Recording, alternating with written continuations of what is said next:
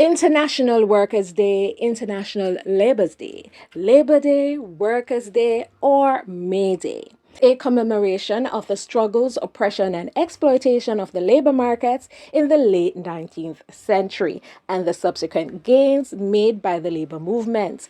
It is observed in many countries across the world. In the United States and Canada, it's observed on the first Monday in September, but most countries celebrate it on May 1st every year. In Jamaica, however, it's celebrated on May 23rd. Before 1961, Jamaica would celebrate May 24th as a public holiday. It was called Empire Day because it was Queen Victoria's birthday. In 1961, Parliament passed a bill abolishing this holiday. It was replaced with Labor Day, but instead of May 24th, it was set for May 23rd. However, if the date falls on the weekend, it will be celebrated on the following Monday.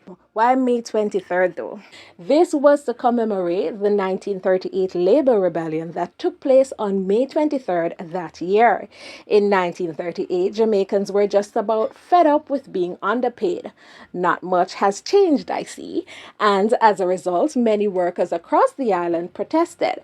And what were they asking for? Well, better pay, of course, and better working conditions. Though there were many riots across the island, the riots at the Froome Sugar Factory that started in May of that year was considered most outstanding. Several people died and many were injured. But much was gained from the 1938 strikes as they led to trade unions being formally recognized by the government so that they can effectively improve pay, benefits, and the working conditions of their members.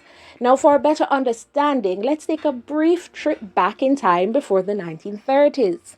Now, from the early 1900s, Jamaicans, and in fact Caribbean nationals overall, have labored for improvements in their working conditions without much success. Some of the earliest labor movement leaders in Jamaica include Bain Alves, who formed the Longshoremen's Union Number 1. These early unions never gained much support and were very weak for a number of reasons. For example, lack of government support and the fact that many Jamaicans could not afford to pay union fees. The 1938 riots in Jamaica, which were part of a wider movement throughout the Caribbean starting in 1934, made it abundantly clear that Jamaicans would only be able to see improvements in their living and working conditions if they were able to unite their efforts together, backed by full government support of trade unions. And thankfully, this would eventually come to fruition. The British government's response to the 1930s riots was to send a West Indian Commission, more popularly known as the Moyne Commission, to investigate why there were riots throughout every British territory in the Caribbean in the 1930s. The Moyne Commission made several recommendations, one of which was that the governments needed to formally recognize trade unions and that they were to receive the same kind of protection received by trade unions in Britain. Why do we labor on Labor Day? It was Michael Manley who in 1972 proposed that Labor Day be a day where Jamaicans would participate in community activities which include volunteering to spruce up public areas. Now, this is a good idea.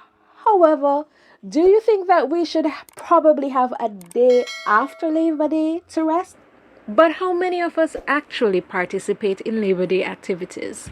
Let me know in the comments.